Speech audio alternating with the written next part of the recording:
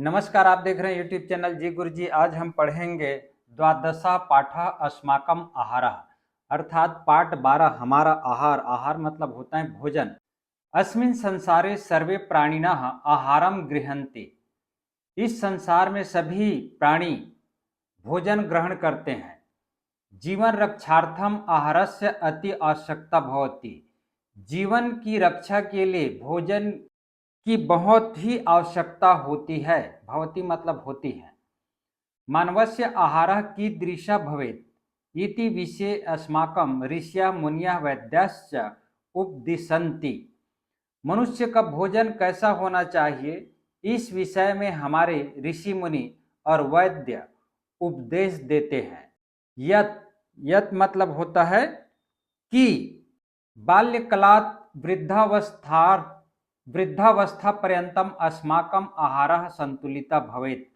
बाल्यकाल से लेकर वृद्धा अवस्था तक हमारा भोजन संतुलित होना चाहिए। संतुलित। सद्यः प्रसूतः शिशुः मातुः दुग्धमेव पिबति। तुरंत पैदा हुआ, सद्यः मतलब होता है तुरंत, प्रसूता मतलब पैदा हुआ, शिशु मतलब बालक, मातु दुग्धमेव पिबती, माता का दूध ही पीता है। मातुर दुग्धम पौष्टिकम भवति। माता का दूध पौष्टिक होता है। पौष्टिक होता है मतलब बलवर्धक होता है।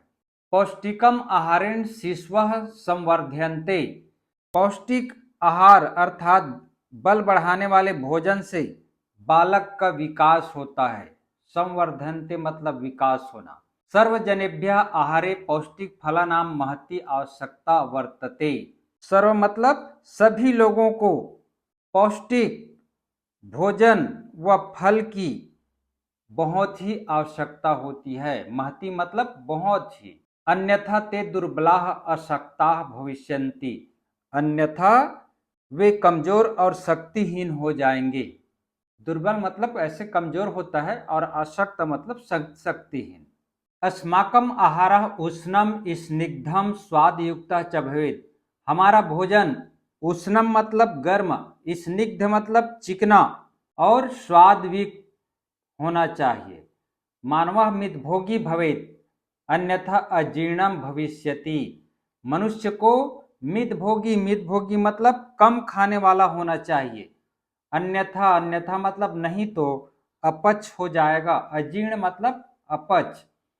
वैद्याः कथयन्ति, वैद्य कहते हैं, अजीर्ण अन्नम रोगस्य कारणम अस्ति। अपच भोजन रोग का कारण है। अजीर्णम मतलब अपच, अन्नम मतलब भोजन। प्रसन्नचित्तेन स्वच्छ स्थाने संयमेन उपविश्य नात्यधिकम नातिद्रुतम आहारम कुर्यात्। प्रसन्नचित्त से, प्रसन्नचित्त मतलब प्रसन्न मन से, स्वच्छ स्थाने मतलब साफ ही स्थान में, स्वच्छ स्थान पर, संयम पूर्वक, उपविश्य मतलब बैठकर, नात्यधिकम इसका संधि विच्छेद करोगे तो न धन अधिकम, अर्थात यहां पर यण स्वर संधि है। न अत्यधिक और न ही द्रुतम, द्रुतम मतलब होता है जल्दी।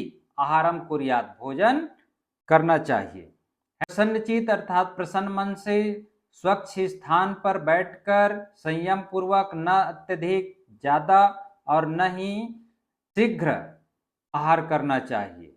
चणकः तंडुलः गोधूमः द्विदलम यवः आडकी मुद्रिगः मासः इत्यादीनि अन्नानि सन्ति। चणकः मतलब होता है चना, तंडुला मतलब चावल, गोधूमः मतलब होता है गेहूं, द्विदलम होता है दाल, यवः मतलब होता है जौ, आटकी मतलब होता है अरहर और इसका मृदगः मूंग और मासा, इसको उड़द को संस्कृत में मास बोलते हैं। तो चना, चावल, गेहूं, दाल, जौ, अरहर, मूंग, उड़द इत्यादि अन्न है। अन्नानि सन्ति मतलब अन्न है। कुष्मांडकः कर्कटी अलाबुः मूलिका आम्रम इक्षुः कदलीफलम इत्यादीनि शाक फलानि सन्ति। कुष्मांडकः मतलब होता है कुम्हड़ा या कद्दू जिसको बोलते हैं। करकटी मतलब होता है करेला। अलाबू मतलब आलू। मूलिका मतलब मूली। आम्रम मतलब आम। इक्षु मतलब इमली। कदली फलम मतलब केला इत्यादि सब्जी और फल है। शाकम मतलब सब्जी। नवनीतम दुग्धम घृतम तक्रम दधि इत्यादिकम पेयम अस्ति। नवनीत मक्खन होता है और तक्रम का अर्थ होता है मही या छाछ। तो मक्खन, दूध, घी, छाछ, दही इत्यादि पेय हैं। पेय मतलब पीने वाला।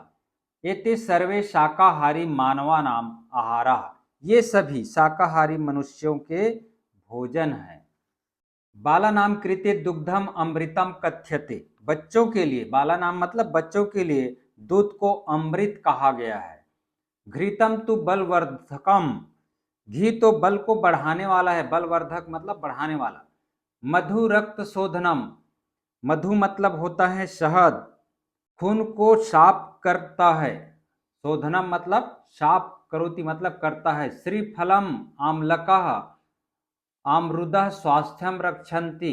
श्रीफल मतलब नारियल। आम्लका मतलब आंवला। अमरूद मतलब अमरूद या जाम या बिही कहते हैं। स्वास्थ्य रक्षन्ति अर्थात स्वास्थ्य की रक्षा करते हैं।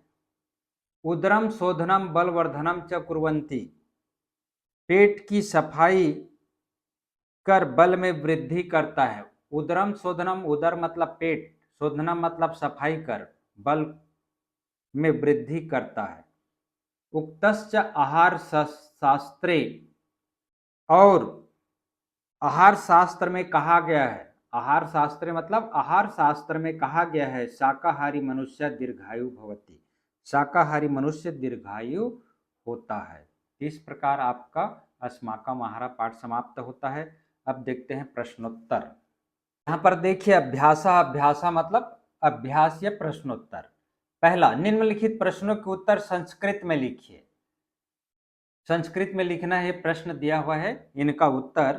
तो पहला है, प्राण रक्षार्थम कस्य अति आवश्यकता वर्तते। अर्थात प्राणों की रक्षा के लिए किसकी अत्यधिक आवश्यकता होती है। तो इसका उत्तर है प्राण रक्षार्थम आहारस्य अति आवश्यकता वर्तते। अर्थात प्राणों की रक्षा के लिए भोजन की अत्यधिक आवश्यकता होती है। दूसरा है, सद्य प्रसूतः शिशु कस्याः दुग्धम पिबति। सद्य मतलब तुरंत पैदा हुए बच्चे किसका दूध पीते हैं। तो इसका उत्तर है सद्य प्रसूतः शिशु मातु दुग्धम पिबति।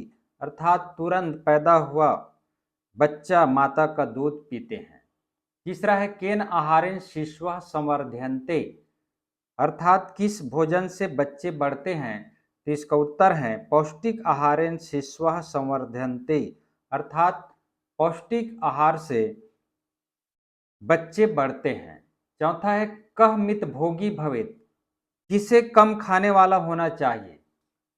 तो इसका उत्तर है मानवः मित भोगी भवेत। मनुष्य को कम खाने वाला होना चाहिए। पांचवा है, अजीर्णम अन्नम कस्य कारणम अस्ति।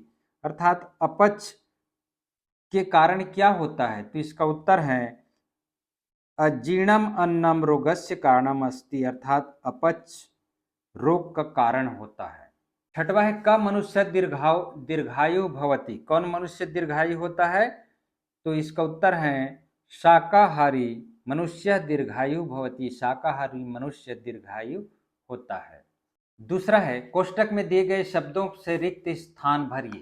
तो कोष्टक में दिया हुआ है, इसी में से एक एक शब्द को यहाँ जो सही है उसको लिखना है। जैसे शिश्वः घृतम भवेत पेयम। तो यहाँ पर देखिए पहला, मानवस्य आहार कीदृशः खाली स्थान। तो यहाँ पर आएगा भवेत। अर्थात मनुष्य का आहार कैसा होना चाहिए। तो भवेत आएगा। दूसरा है, खाली स्थान आहारेण संवर्धन्ते। तो यहाँ पर आएगा शिश्वः। शिश्वः आहारेण संवर्धन्ते।